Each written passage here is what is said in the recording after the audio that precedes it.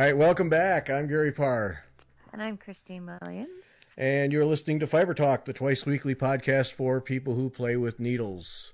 And our guest this week is a needle player and painter and designer, Amy Poore. Amy, how are you?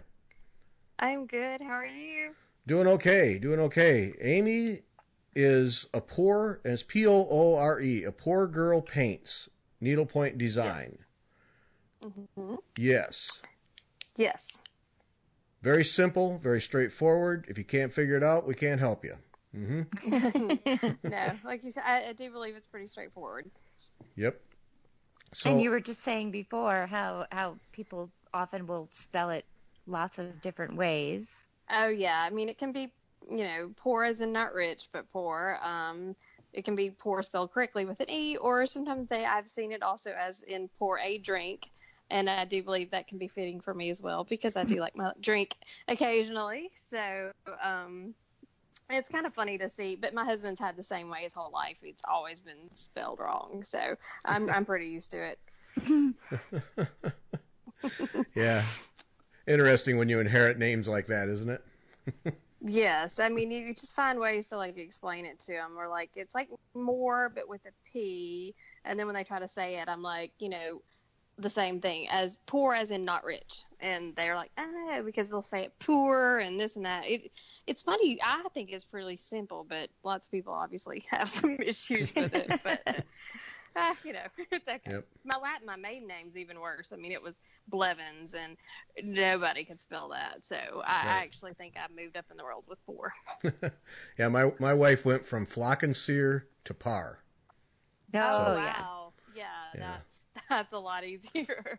She was okay with the whole thing, yes. Yeah, I'm sure. Yeah. I contemplated, do I take Blevins as my middle name, or do I keep Elizabeth? And I went with Blevins just for legal reasons, but sometimes I think it would have been easier just to keep Elizabeth. So. Yeah. Now, interesting here, most people that we talk to have been doing needlework of one kind or another forever. And you are a recent convert, or maybe a convict. I don't know. Convert. Podcast just got really weird. Yeah, we can leave convict off my resume. Okay. All right, we'll do that. How does this happen? Because this is different. Well, I started, probably when I was around 10, 11, my mom, taught me how to cross stitch. She had cross stitched, her whole life, and sewed and all that kind of stuff. So, I mean, I fiddled around with needlework early, and kind of on and off throughout my life, I guess, picked it up some, but I had not done it in a while. And so I met a lady. In my previous life, I did nails for 12 years, and it was like the same people, weekly that I would see appointments. And I met a good friend now, Barbara. She's basically like a second mom to me, and she was an avid needle pointer. And she would, show me things she was working on and talk about it, and I would hear about classes and retreats, and, it all just seemed fabulous. But at the time working, I just didn't have time for it. So after I was married, and right after I'd had my little girl, who's 4 now, I had the time to pick it up. So Barbara introduced me to it. She kind of got me going with it. So that's how it initially started. And it's just been, I don't know if it's uphill or downhill ever since. But and my husband was also like, you need to find a hobby, because he likes to build models, like really small, like World War II tanks and airplanes, and he has a hobby. And he's like, you need a hobby. And I'm like, okay. And he regrets those words now. He was like, when I said a hobby, I did not mean take out a mortgage on our house. But, so I just jumped in head first. Just how it goes. It's how it goes. And anytime he kind of gives me a cross look, I said, you said find a hobby. So, and he just touches. So, like a good husband does. Yeah, you have the ultimate shutdown there, don't you? Yeah, he can't. Mm-hmm. Yeah, that was definitely, he led me in that direction, and I just went for it. So. Yep. So that's how I got started, and I really just honestly, ever since, I've just, as I've said, the bug bit me pretty hard, and I just fell in love with it. So this mentor person, straight needlepoint that she did? Yes, I mean she just typical ornaments. I think she's done like 21 stockings. Oh I my. mean she is an avid needlepointer, and not just and she does lots of basket weave, but she also does the fancy stitches, takes lots of classes, and so she does a little of both. So she kind of opened my eyes to like really how much it can is not just basket weave. It's totally grown over the years. So that's good. So you got a little picture not only of the craft itself, but the social side as well. Oh yeah, I love the social aspect of it. I love a class. I love a retreat, and I've just had a blast with it. I really have. That when you say somebody's done that many stockings, to most people it's like, oh, that's nice, until you do two or three stockings, and then. And then you're like, wow. Yeah. I mean, that's, I think, a lot of with my friends that have, they're kind of like, you're doing what? And, I try to explain it to them and stuff. They just really do not get it until, like you said, they've actually attempted themselves or done a little, and then they kind of are like me. And I'm in total awe of Barbara. I mean, what she's done is just amazing. Now, is there a local guild or club around you?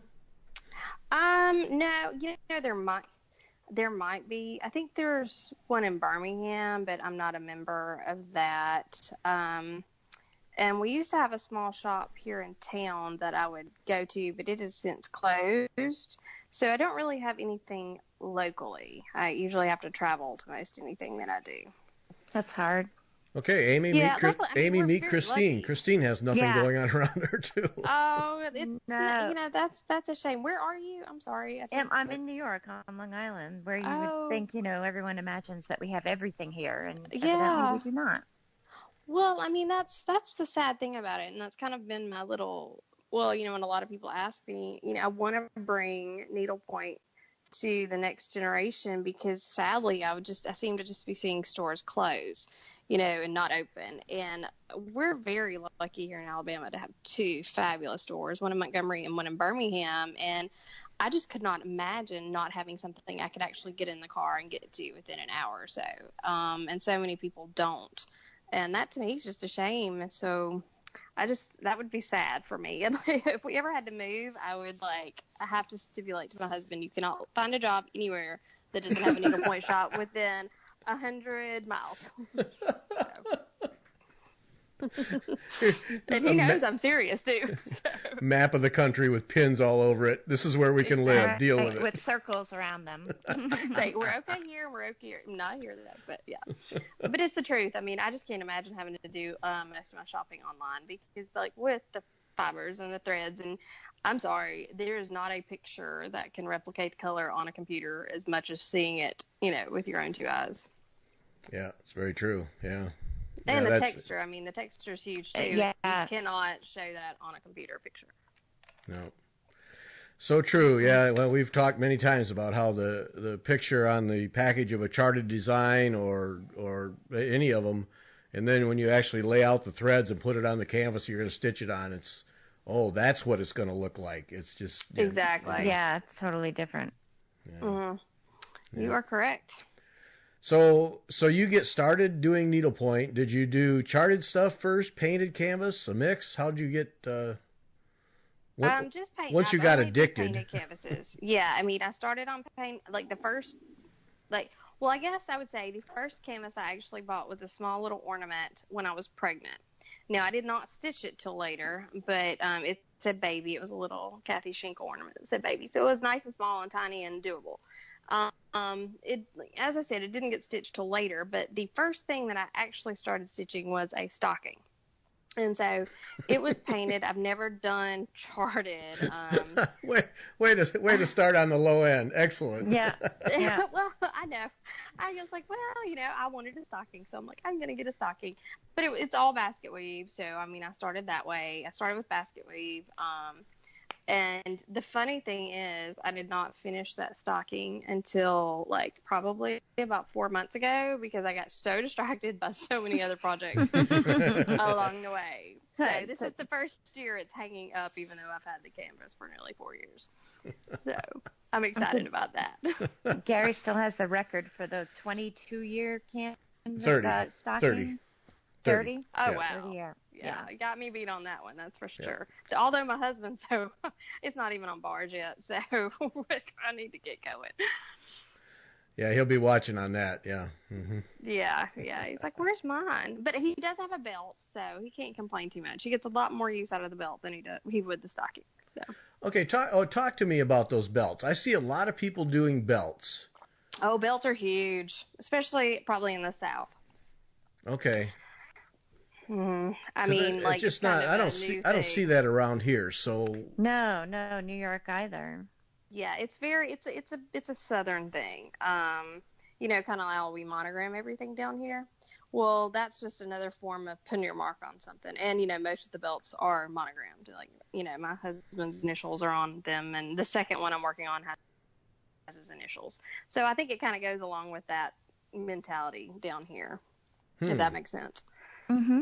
Yeah. So, you know, because they're kind of like, you know, and they're also personalized. You know, a lot of them have to do with something you're, you know, you're like my husband's bourbon bottles and bourbon barrels because he's a big bourbon guy. And so that's kind of like his personality and his thing. So it's real personalized, and we like that down here. That's kind of fun. Yeah, it's a lot of fun. I mean, and, you know, and also another big thing are like keychains, and I'm sure you've seen the Smathers and Branson. That's a new, all the college kids, they mainly order and buy theirs like that, the pre-made ones. But it's funny how many college kids down here have those belts and wallets and keychains and koozies. So it is, I mean, so it's kind of funny where you're seeing it. You wouldn't think so, but it's out there. Now, when you do a belt, that's just a long strip of canvas with a design painted on it, or is it geometrics, or it doesn't matter? It's mainly, I mean, it can be all kinds of things. Like I said, Raymond's is, you know, the bottles and the barrels. And the one I'm doing now is American flags, because that one was finished in brown leather, and I'm doing this one with a gray background so I can finish it in black leather. So he has a belt for each, you know, each whatever he's wearing. So, I mean, I have seen geometric, you know, like some plaids and stuff like that, but a lot of times it's more personalized, like, you know, hunting dogs or you know, fishing lures or flags, you know, like that spell out, you know, nautical flags that would spell out something, you know. I would say they're pretty personalized. And you do them in wool? Oh, sorry, Christine. Yes. No, I was going to say that's kind of, I think, the up here how men would wear ties, right? That's probably the only thing. Yeah. You know. I mean, I can see that. Oh, and another big thing is like the Sunglass Straps. You know, that's another big needlepoint thing for the younger crowd. So once again, it's a personalized thing, and something usually like shotgun shells or hunting dogs. And I'm trying to think. Oh, the other thing is schools. Like, you know, like there's tons of Alabama belts down here, and my husband's an Auburn fan, so his next want is the Auburn belt. So a lot of times it's your college or university emblem.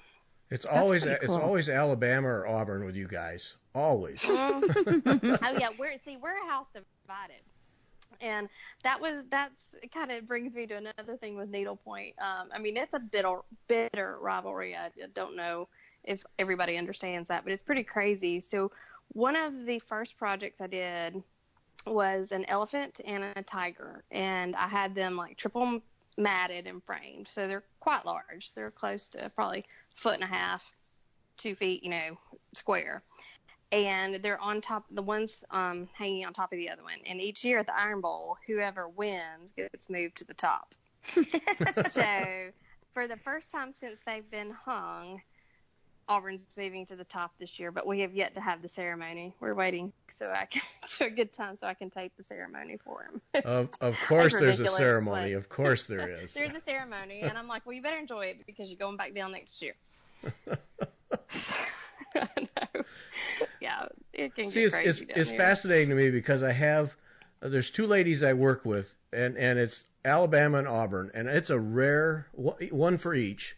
And it's a rare conversation that if we talk about something other than business, that one of the other schools doesn't come up, and people are identified by one school or the other. It seems off. Oh, that's an Auburn person. It's holy smokes, folks.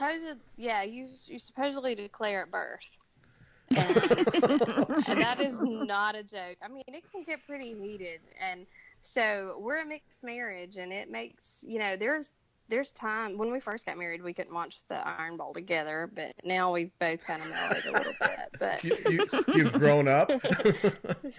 We've grown up a little. I think that the two of each other's kind of cut it down on the other side. But he told me he didn't want to watch it with me this year, but I insisted. I mean, we're at the coast, so I'm like, where do you think we're gonna go? So.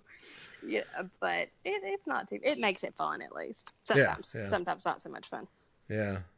No, I first time I was in Birmingham, meeting with a company. First time I'd ever been with this company, and we weren't into the meeting 15 minutes, and it became an Auburn, Alabama discussion.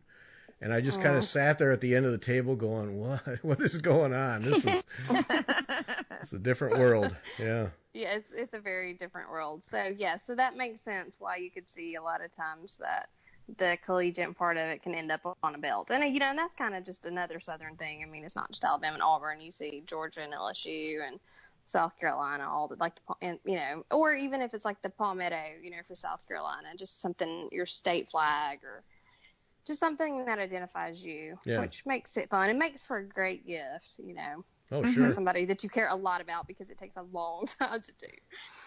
Yeah. I got just the mechanics of it. So it's a long piece of canvas that you either paint a design on or just stitch a design, and then and I assume done in wool because for durability. Right. And then some people do it in a silk blend, but I do all mine in wool. Okay, and then when somebody finishes it, they put a backing on the canvas, and then the belt ends. How does that get done? Well, I don't really know. I mean, the finisher takes care of that part of it. But yeah, I mean, they pretty much, you have to, before you start on the belt, you have to know the measurements because you don't want your design cut off, or you have to know where to put the initials so that the belt with the leather part with the holes does not overlap onto your design. One, you don't want to waste stitching if you don't have to, and two, you don't want to lose your design. And I mean, you can only take from the ends, and if that's where your initials are, what are you going to do? So there's a formula that they'll tell you to measure from the hole that you use to the tip of this on a regular belt, and then that's how you determine your stitching area. Oh. And just like a true needle pointer, I don't know, that's the finisher's problem. Yeah, that one's kind of over my head. I just know that from the fact that you have to have the correct, space of stitching for them, the height and width. Yeah. And then when it comes back, is there there must be a backing of some kind on the canvas. Yes, there's a backing. I mean, not quite sure what that material is, but it's kind of stuck to it, and then you have your closed-in leather ends. Interesting. Yep. I've only seen them in pictures, so it's... Oh, you need a belt. They're awesome. Okay. Pick your favorite thing and have one painted and designed with your, something that defines you. I don't know what that would be, Gary. I don't know either. Because see that, that's item number one. Yeah, I don't even know what I'd want on it. Yeah, just you have to think about that and let me know. I'm curious now. Okay. Well, do you know a canvas painter that could help me out? I have not done a belt yet. I think that whole idea of the having the measurements be so precise scares me a little bit. So, but yeah, I've ordered both of mine from someone, and the two I'm working on, I've ordered them both, and there's some people who are really good at belts, so I'll let them do that at this moment. So that's interesting, because that was one of the main questions I wanted to ask you, was because you really kind of built your business on reaching the younger generation of stitchers, and I've had a hard time, as we've talked to different people, figuring out what it is that's attractive to young needle pointers or stitchers in general, and so based on what you're saying, it's a lot of these personalize things. And then your designs, a lot of them are sayings. Mm-hmm. And Yeah, I like the sayings. I think they're fun. I think that's kind of part of the appeal. It's just something new and different and fun. And they kind of, they're going to react to that more than they're going to react to a pot of flowers, So. the classic pot of flowers. Well, I think and that's beautiful, and I love that. There's nothing wrong with that, but I don't think that's going to catch a new stitcher's eye. They're gonna be drawn to like a funny, fun kind of, something I do, just like they would like, hey, that's cute on a T-shirt. They're like, well, hey, that's cute on a needlepoint design. So Yeah. I don't know. I think that it's just different. That's so funny because whenever anybody wants to refer to a piece of needlepoint to demonstrate old and dodgy and worn out, it's always the pot of flowers. But I don't want to hurt anybody's feelings on that. I've seen some very beautiful pots of flowers, but if you're not if you're new to needlepoint, that's probably not going to be the first thing you're going to be like, hey, that's what I want to do. Right. So. Right. Oh no, yeah. I've seen some amazing stitched pots of flowers. Yeah. Oh yeah, especially the one thing that I really want to learn next is the ribbon stitches that do flowers. That's pretty. Now, I would love to do a pot of flowers and then learn that technique. That's my next. I'm looking out for a class that does just the ribbon, designs, because I think those are so pretty. Yeah, it's funny. I was looking at them because my niece she's designing her prom dress and she wanted parts of it embroidered. And, I was thinking just from a time perspective, to do ribbon embroidery as opposed to just surface embroidery would be so much better because you can just cover so much more ground with ribbon quickly, definitely. Right? And it makes First of all, more... I'm seriously impressed that she's designing her prom dress. That's pretty cool. Yeah. Well, yeah, that's we come from a crafty family, so That's so awesome. she wanted to do that, and right. So that was the first thing. Was I think the ribbon embroidery is the way to go because otherwise, to do a prom dress, it's going to take forever to do. Right. Unless it's just. Hand embroidery takes forever. It is. Doing satin stitch for that much coverage. If you were going to do a bodice of a dress, it would. I said, well, oh my gosh, I can't even imagine. I'm happy to help you, but that's like a full-time job from now till the prom. So let's be realistic. Exactly. My mom, did some shadow embroidery and stuff for my little girl, just on some dresses, some nice dresses. And, those are just little areas on a teeny tiny little dress. And right. That took a long time. So I can't imagine a full, hand done full bodice would just be out of my realm. Well, I think that's why those gowns are usually just couture gowns because who else is going to sit and do that? And then because, that dress you'll only wear one time. Exactly. Right. Exactly. So. Well, I want to see a picture of this dress when it's finished. So you don't have to shoot me an email. If she does do it, I will definitely post it up. Please do. Please do. Now, I'm always amazed when you look at royal clothing or medieval clothing, and they'll say this entire thing is hand embroidered. You just kind of look at them and go, by what army? What? I know exactly. Did you spend your whole life doing that? Because you must have. Army, though. Oh, wow. Because a lot of those are done at the royal school, and quite frankly, there is an army. That's entire groups of people, and they're only allowed to stitch for a certain amount of time. And it's not one person at all. That's yards and yards of lace that's being made. It's undoable by a single person. I know. Well, it's like when we went on our honeymoon, we went to Italy, and we went to Murano and Burano, which, is the lace capital of the world. And, we went to their little museum and then into some stores. And that, it's just amazing. Even my husband was shocked at how much was done and the tablecloths. And it's, you just can't even imagine that people do that. I don't know. You just think, a machine had to do that, but there's actually were people in there working on it, and I was just shocked. And the beauty of it's just unbelievable. Yeah, those and those lace makers with those pillows with thousands of pins holding down every little gap and hole is just amazing. I know. I bought a tablecloth when we were there, and people are crazy if they think I'm gonna put food on it. I mean, Yeah. I'm kind of like, well, you know, it's that thing. You want to use your nice china and this and that, and what have you, but I've just not been brave enough to get that out of its wrapping and let anybody get near it with anything besides water. So I'm kind of like, well, why did you get it? But maybe one day I'll break it out and just throw caution to the wind and be like, we're gonna use it, just no red wine. Yeah, no, it'll be gravy. It'll be gravy. Yeah. Or grease or oil or something. And It'll be something. And I'll just lose my mind. So maybe it just needs to stay in the drawer as a keepsake. Yep. Keep it in the bag.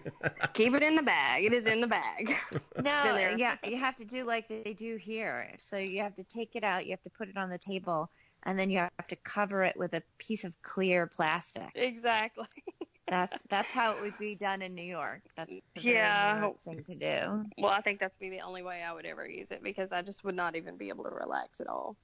Yeah, it's pretty horrible. I don't recommend it.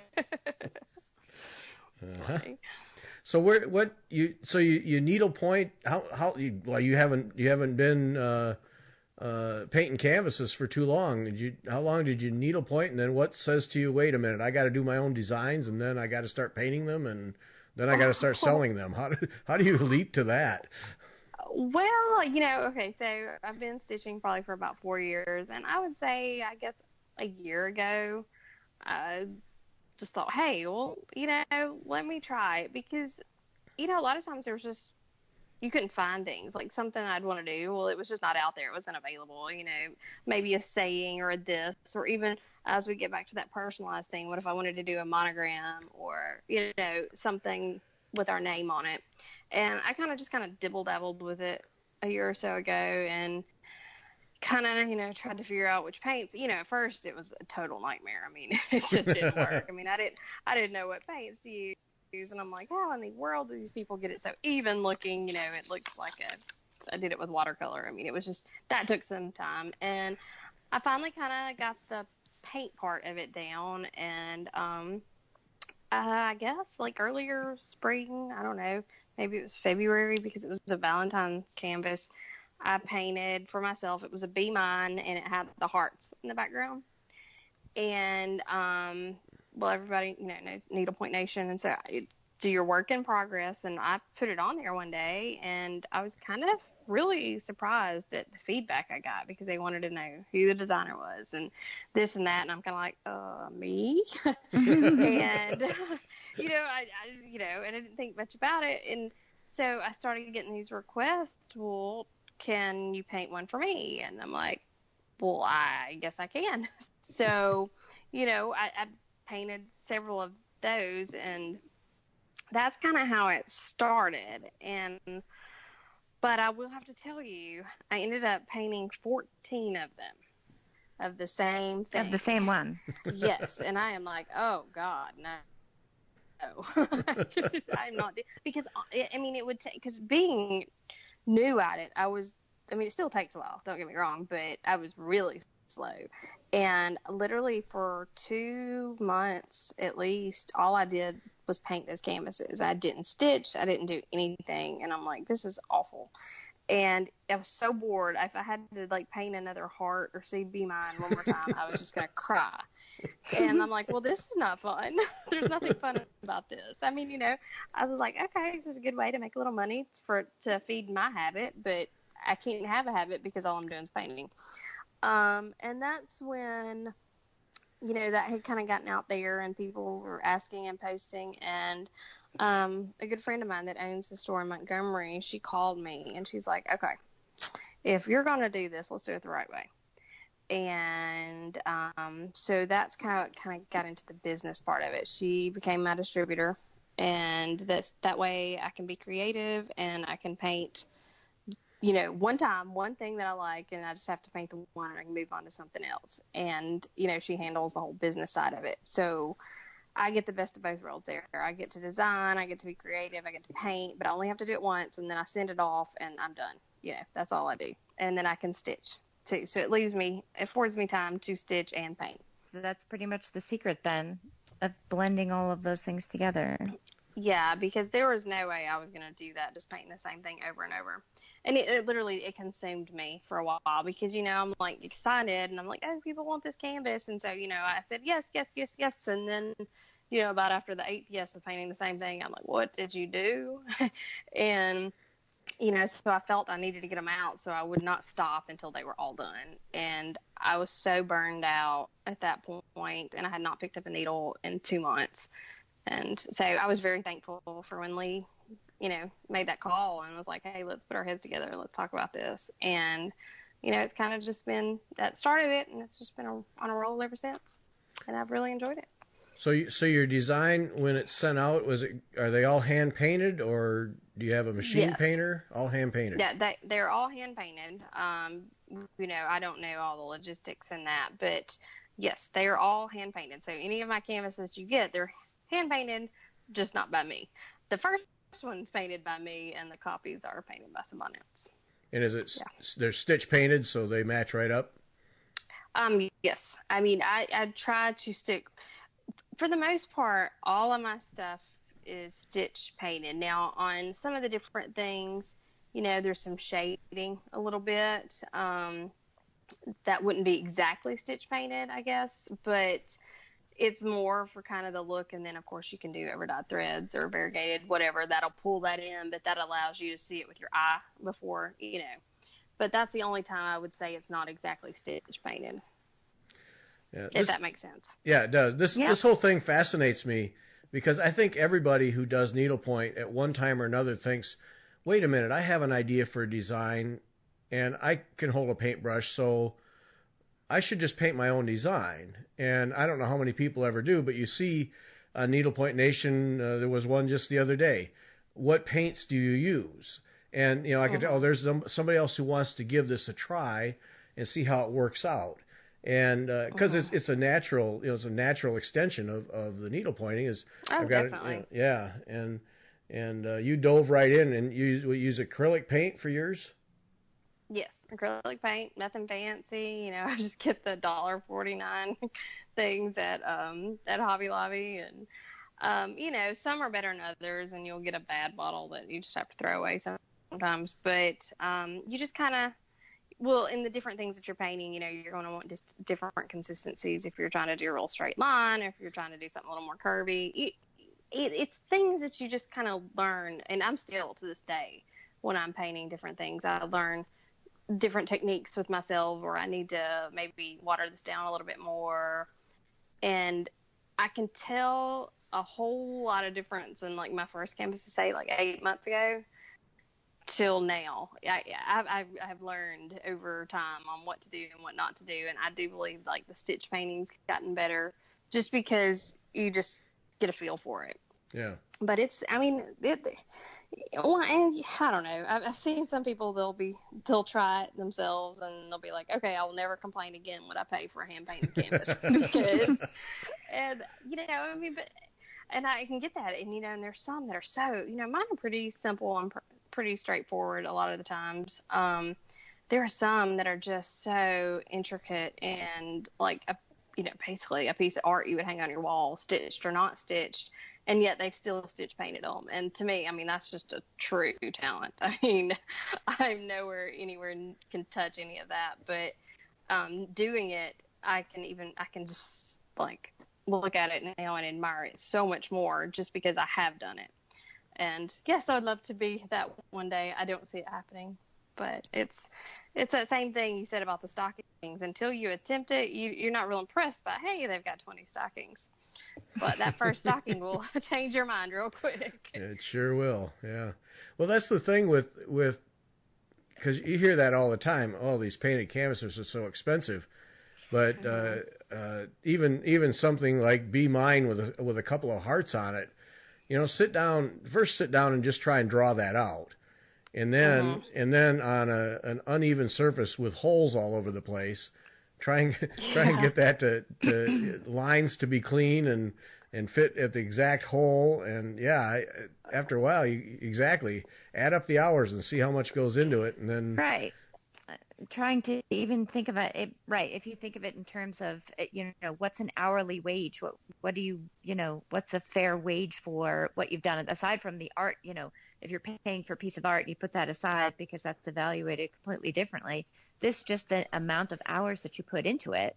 If you divide it up, that's why, a lot of them are so expensive, because you have to pay someone a living wage to be able to do them. Right? Exactly. And I mean, we all have our different things that we do. And, well, I mean, it's kind of the thing that old adage you've always heard is like, find something you love to do and figure out a way to make a living at it.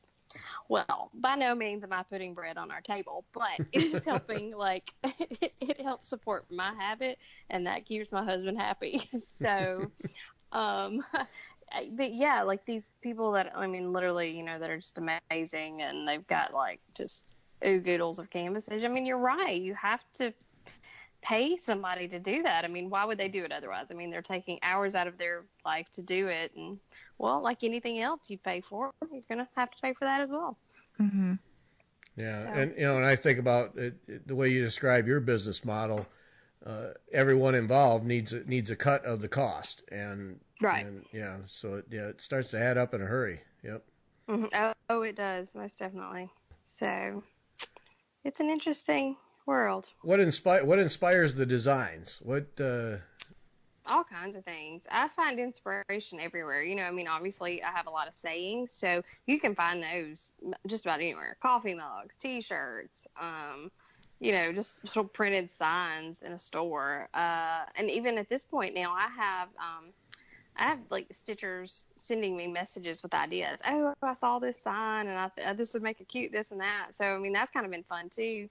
Having people be like, oh, I'd love to see this. And I'm like, okay.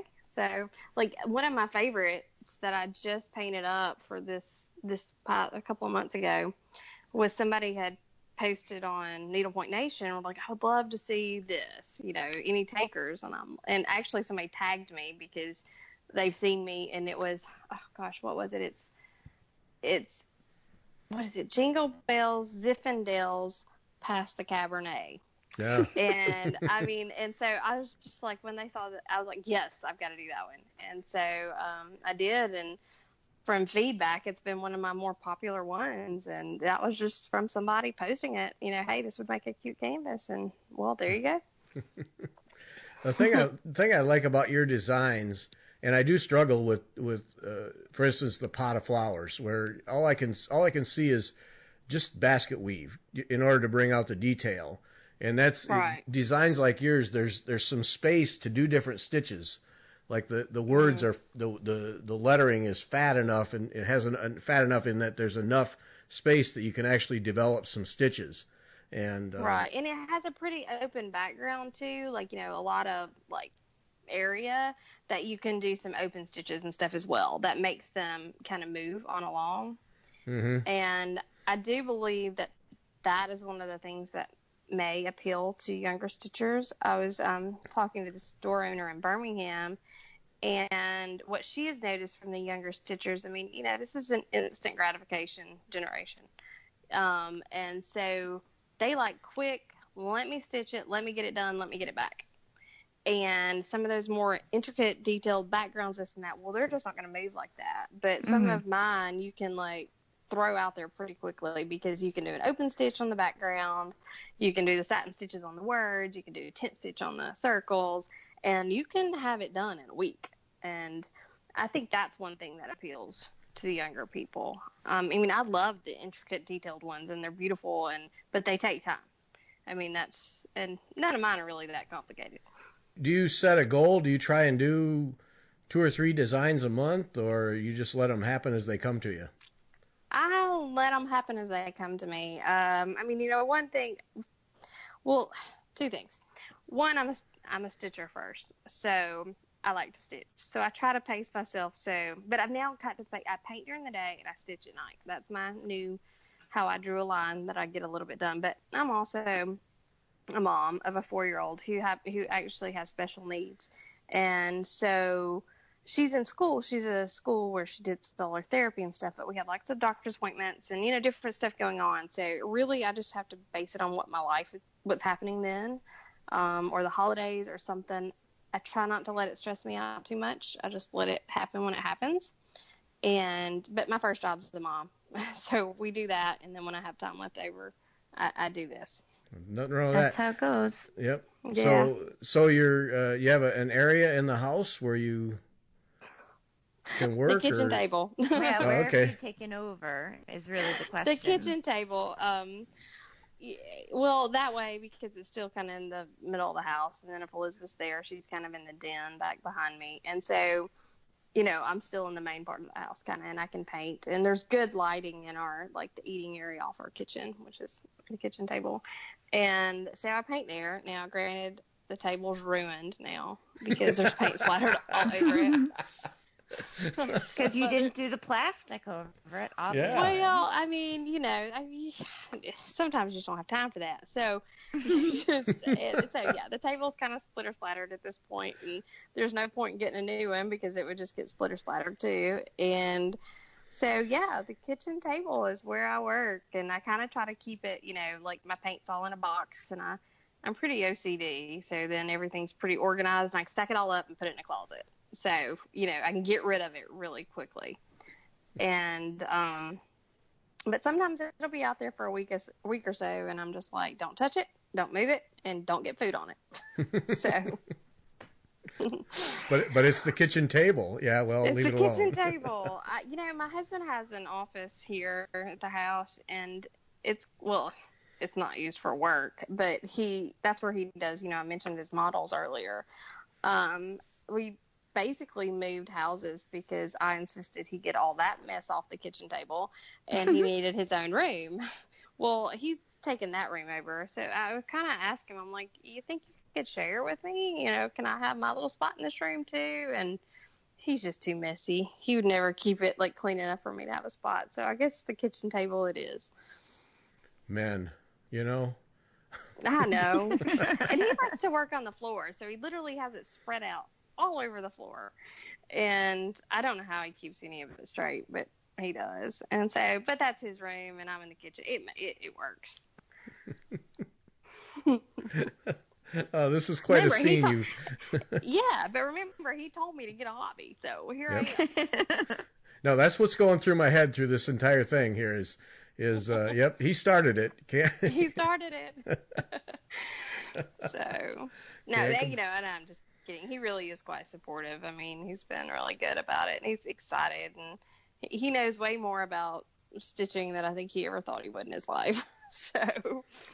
Yeah, that happens to spouses. Yeah. Mm-hmm. Yeah. Yep. Yeah, I've heard my wife doesn't give a rip about stitching, but she probably knows a whole lot more about it than she'd care to admit. Just yep. He would be the same way. Well, I mean, I can admit though, I know a lot more about your, German tanks than I ever thought I would know as well. So. Well, because that's what they're excited about, so that's what they want to talk about, right? And then we do the same thing. Yeah, and I mean, I think that's great. I mean, does he love it like I do? No, but he's excited when I'm excited, and I'm excited when he's excited. And when it's the same thing. When he finishes a project, he's thrilled, and the same goes for me. And we just share in that. So does Needlepoint go with you everywhere? Yes. Okay. Yes. You're normal. Yes. Yes, I'm very normal. What I tell people is, if you need a point, you're never bored, because you can be sitting at a doctor's office, you can be in a car, you can be on a plane, you can be like your flight's been delayed. As long as I have my needlepoint, I can handle that, and you can only scroll through Facebook so much. So you need to have, and so, yeah, I don't go anywhere without a small project in my hands.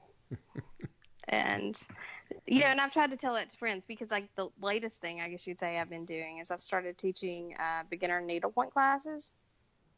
And because I'm trying to, once again, it goes back to that, hey, I want to keep this going. I don't want this to, be a lost art. And so I've tried to, some of my friends have started to see what I'm doing, and, it piques their interest a bit. And they're like, well, tell me a little bit about it. And there's been several that are like, okay. And so they've taken the classes, and a few of them, just like me, the bug has bit them, and, they're loving it. And so, and I explained the same thing to him. I'm like, just always have a project with you, and I promise you'll never get bored, ever. And so it's been fun to kind of spread the love a little bit. Yeah. And plus, you have a family, right? You've got your own tribe there.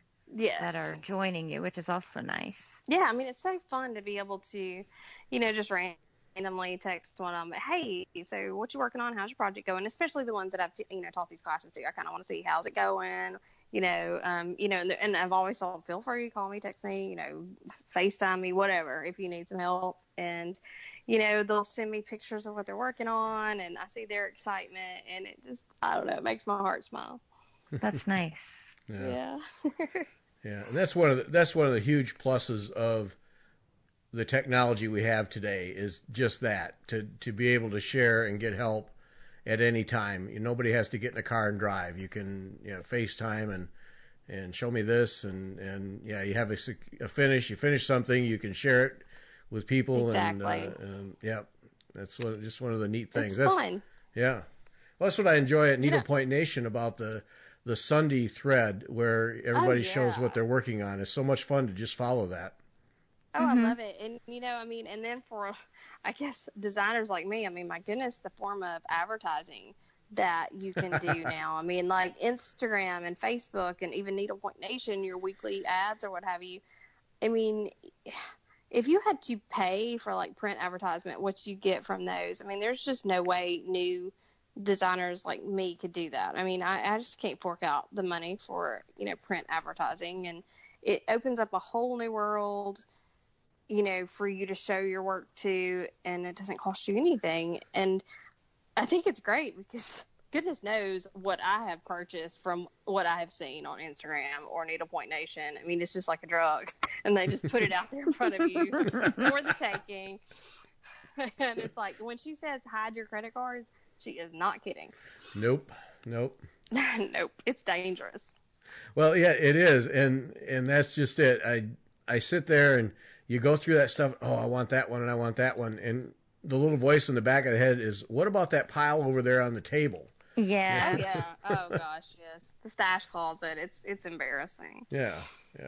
What about stitching some of that? What's wrong with that? Well, yeah, but this here is really extra.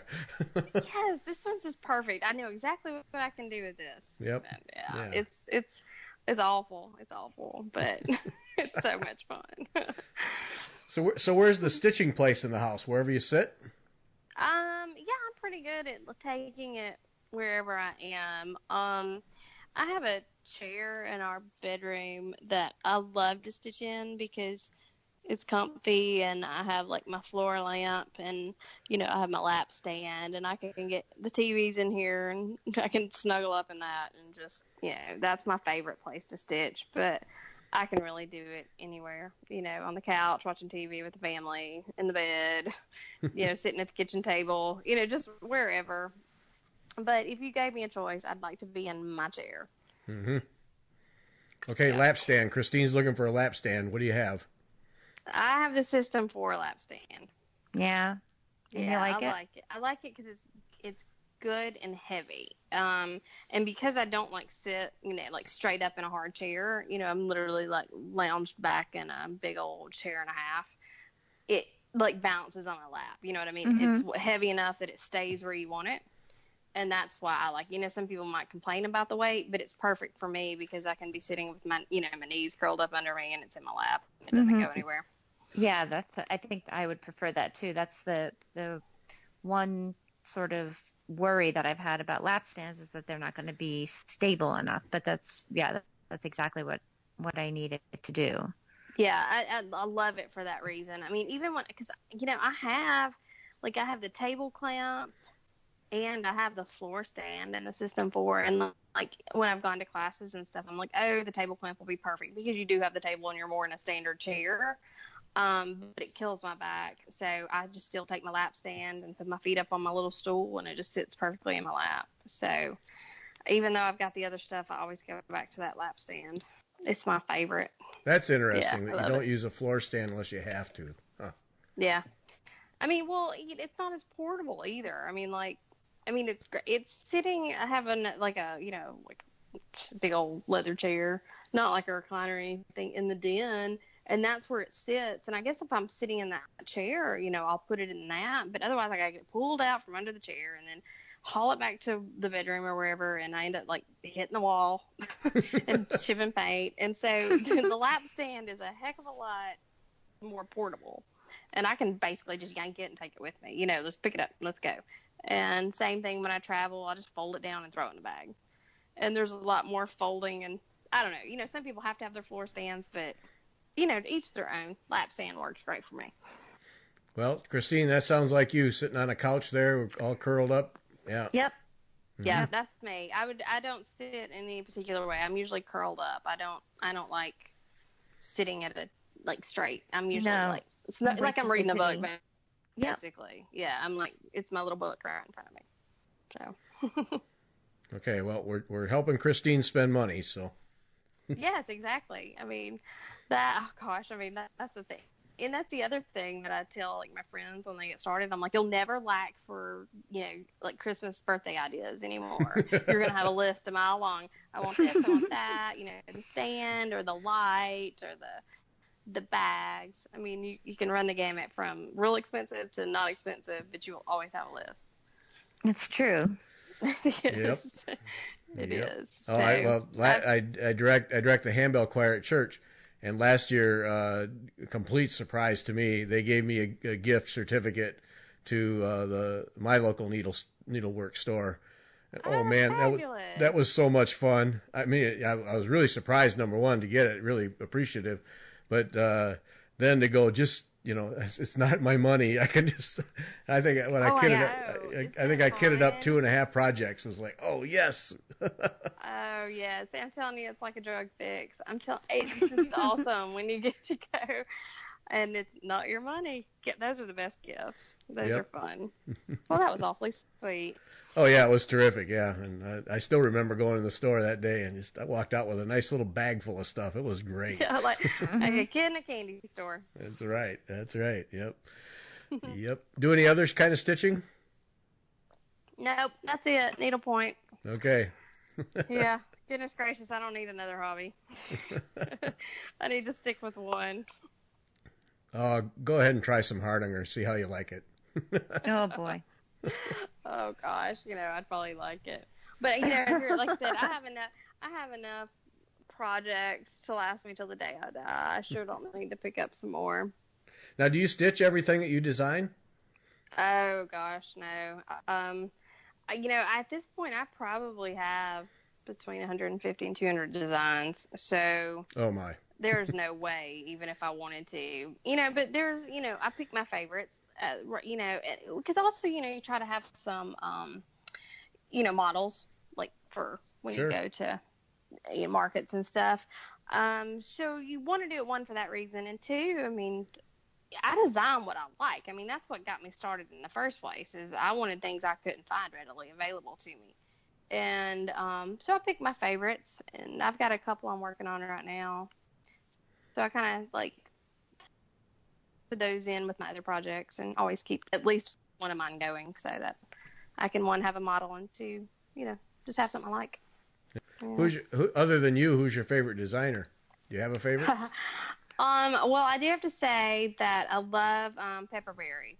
Her little cottages, I'm on my 7th one. And so they are just so much fun. Like, I have them framed, and they're holiday, I don't know if you've seen them, but they're usually holiday themed. And so I have a little stand that I rotate them out with the holidays. And so I love her stuff. It's cute. It's whimsical. It's the kind of stuff I like. And she was probably that person that really made me want to stitch a lot more, were a lot of her designs and those cottages, because it was on the cover of Needlepoint Nation. The Christmas one was it was probably the first Needlepoint Nation magazine that not Nation. What is it? Needlepoint? Yeah. And Needlepoint Now, you mean? Yes, that's it. I was like, I know that's not right. It was the first one of the magazines I had, and that Christmas cottage was on the cover, and I just fell in love. So it was the first one I bought, and well, obviously, like I said, I'm on my 7th now, and they're just my favorite. So I'd probably say she's my favorite. I have to look that up. I don't know. Pepperberry, huh? Pepperberry Designs, yes. Okay. So she has those cottages. I'm trying to think. She has a lot of little snowmen. And actually, right now in this month's Needlepoint now, she did the little 3D gingerbread that's in there. That's hers too. Oh, okay. Yeah, I noticed that. All right. Yeah, that's her. She has a lot of cute, fun stuff. And did you ever see one of my other favorite things? And I just ordered this one. It's in my. I've got to do it. Is that USA that somebody stitched and they put them on these little pedestals? Yes. Did you see that? Yes. Okay, that's her too. Oh, okay. So I've seen her work. I just didn't realize who it was. Okay. Yes. So I like her a lot. I'm learning that Christmas and the 4th of July are 2 times when it comes to needlepoint that I'm really coming to enjoy, because it's so much fun to see what people do for finishing. Oh, yeah. It's getting so creative. Yes. Yeah. Yes. Like, I have one that I've got to go pick up that if I got to get to Birmingham to get it. I did these 3 Santa faces, and, I couldn't figure out what to really do, so we talked about it. And I'm like, I kind of want it on a North Pole, like something. So they finished them, like, as hangers or squares. They're probably about 5-inch squares. And they've got it on a North Pole pole on top of a Santa's litter box. I mean, it's about 4 feet tall. And I'm like, I can't get to Birmingham in time to get it. It's going to be like New Year's, and I'll have to put it up. So I'm like, I got to get up there. But that's the thing. I mean, like, there's just an endless, and that's the other thing about the online and stuff. So many ideas you get. Yes. And it's just, I don't know. You can just do so much. I get excited about it. I'm sorry. I just do that. No, it really is. It really is amazing what people do. And the 4th of July, you'd think, oh, it's just one day and it comes and it goes. But what people do with red, white, and blue, and things on sticks and 3-dimensional things, it's just amazing. And and Halloween too. There's another one. Yeah. Mm-hmm. Halloween kind of lends itself.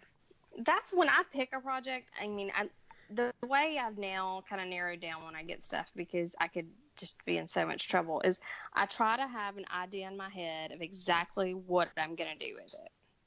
And so that's, even if I don't get it. I mean, that's my deciding factor. The finishers, I mean, there's so many good ones, and sometimes you think they're just trying to one up each other all the time. Oh yeah, that's a good thing for all of us. Oh yeah. Now I have to tell you though, my next thing that I'm going to try is I'm going to try to finish some of my ornaments. Now it might be a complete failure, but we're going to try it. So I'm going to try to be able to like take it from the beginning to the very end. Yep. Yeah, you've got nothing to lose. It's just an ornament, So if it doesn't come out perfect, yeah, exactly. It's the worst that can happen. I know, and if it's one of mine, who cares? So it's on a tree among many. Yeah. So well, I have to say, I just in this past week bought a sewing machine, and the reason I bought it is because I really just feel bad about asking friends to come over who have sewing machines to edge cloth for me or canvas or whatever it might be. And, I just always feel like I'm really imposing on them. And there's a lot of times when I just want to get started on something, but I have to wait because I want it edged. Right. And so I bought one, but in the back of my mind was that very same thing. I want to start learning how to finish things. So I've only had it for like a week. And just a couple days ago, I just took some muslin and made a little bag. Just sewed a bag and turned it inside out, and it was like, wow, I can do this. This is pretty neat. Yeah. Yeah. Well, that's good. That's exciting. Yeah.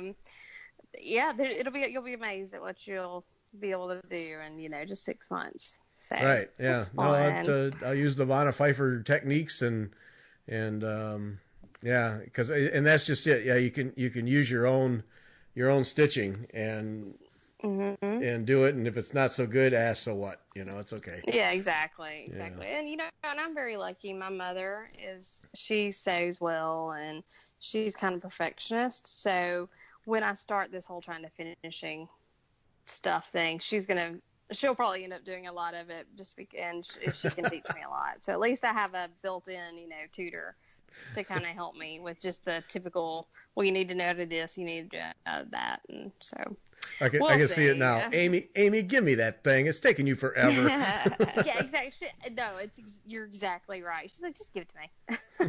And I'll be like, so gladly. Here you go. I think there's with sewing machine, there's a couple of little techniques that you'll learn. Like once you learn straight line, you're pretty good with most of the things.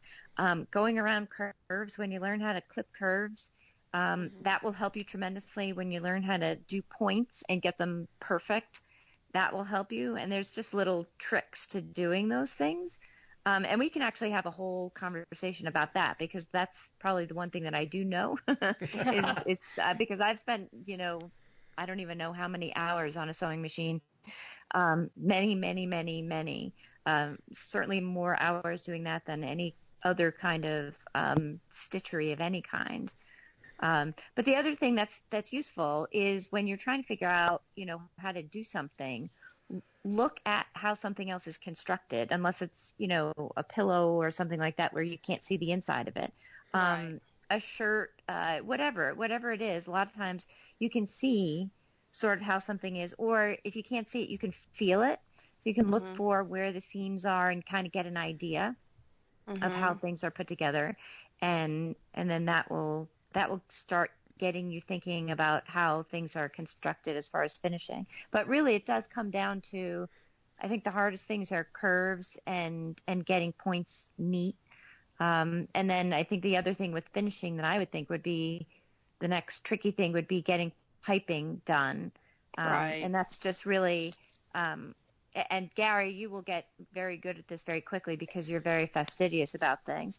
And that's really just technique. It's just practice about holding the fabric the right way and holding it, making sure that you're not sloppy. And then once you get that down, you're pretty much good to go, right? There's not a lot of, you're basically, most sewing machines now have, 8 million settings, and you can do, all these different fancy stitches. And I can tell you on mine, I use forward and I use zigzag and I use backstitch, and that's pretty much, and buttonhole, right? Because I make things that have buttons in them. And that's pretty much it. Like, you really can pretty much do anything that we would do now with an old fashioned Singer sewing machine that your great grandmother had. Right. So, I think they've almost gotten, sometimes they're just too smart for their own good. Like my mom will tell you, she just wants a standard sewing machine. I mean, she grew up sewing. My grandmother sewed. She made my mother's wedding dress and the 14 bridesmaids. And, my mom has made my daughter's christening gown. That's when that hand embroidery came into play. Now, I can't do any of that mess. But, the thing is, she'll tell you, you don't need all that complicated stuff. You just need the basic. And once you get those basic things down, you're exactly right. You can make anything. It's just how much patience and time do you have to get to that point. Yeah. I don't have the patience to sew. I just don't. And I don't know. The same thing it comes down to, she's a baker and I'm a cook. And because a baker has to have everything precise, the flour has to be leveled off, and a baker is a little of this and a little of that. And a cook, that's when you cook. And that's kind of me. We'll do a little bit more salt, a little bit more of this. And that just makes her a nervous wreck when I do that. But, with baking, you can't do that. And I kind of look at sewing and stitching the same way. Sewing has to be very precise. You're right. And stitching, you can kind of, a little bit of this and a little bit of that. You can just change it up, and it really shows our personalities quite well. I think you're right, and that's why I think, Gary, you will get good at this quickly, because really the key to doing it well is just attention to detail and being meticulous about things. It's very easy to do it sloppily and to get things messed up.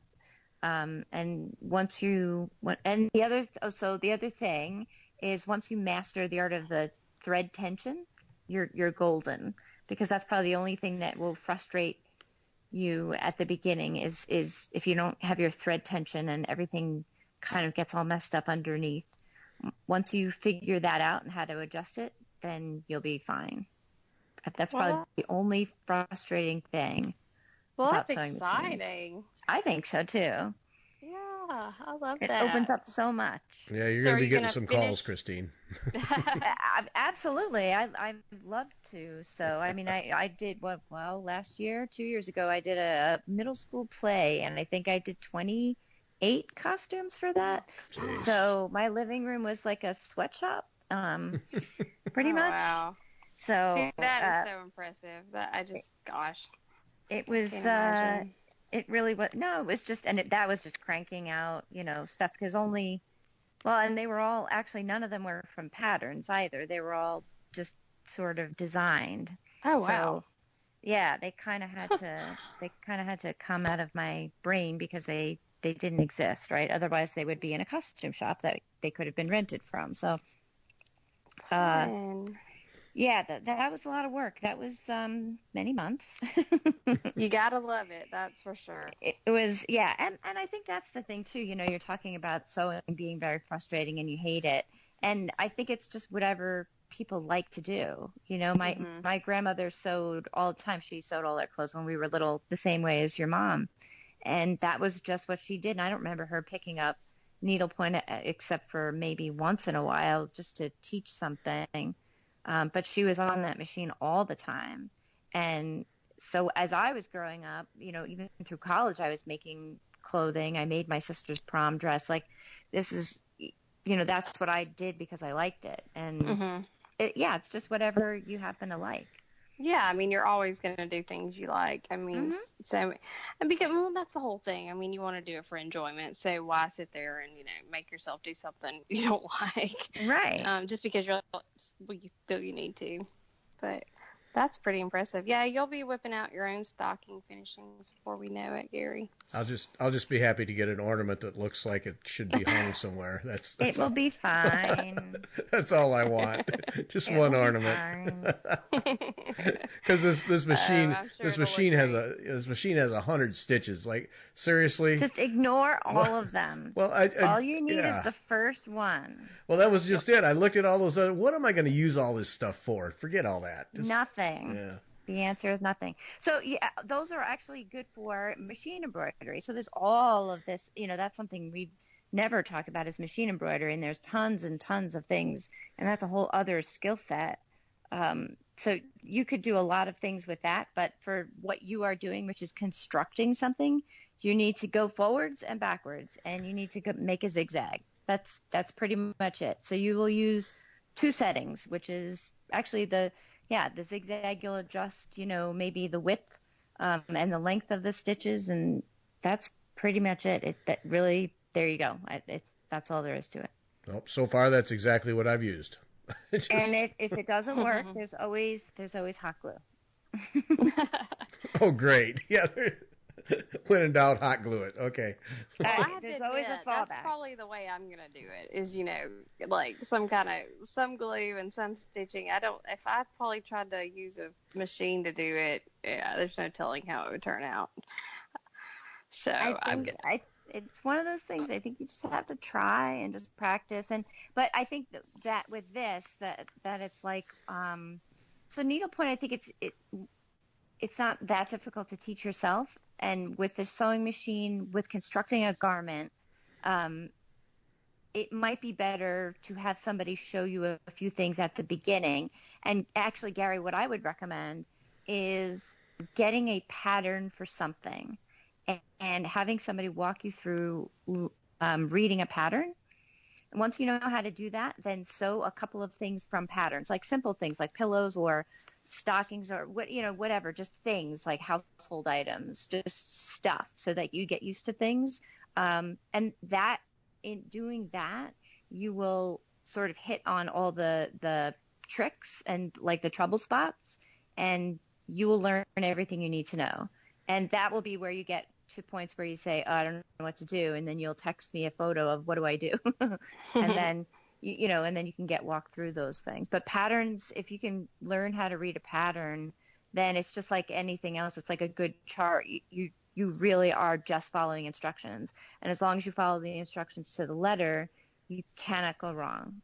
They really are that. There's no subjectivity to them at all. It is just do it exactly the way the pattern is telling you to do it. And that's it. Okay. All right. All right. Just jump in. Yeah. Just jump in. Yeah. Well, I already did that, so just All right. we'll see. All right, Amy, when we started, I told you we were just going to yak about stitching for an hour, and an hour and 11 minutes later. I think it's awesome. Yep. I think it's awesome. This has been so much fun. Yep. There you have it right there. And, you over an hour, so that means you have to come back. That means we have more things to talk about. Yeah. Oh, well, I would love to. I'm not going to lie. I was a bit nervous about this whole concept.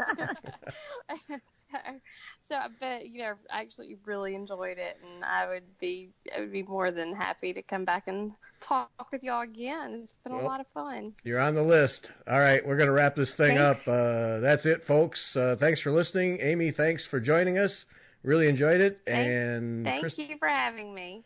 Yep. Christine and I will be back on Wednesday. Take care.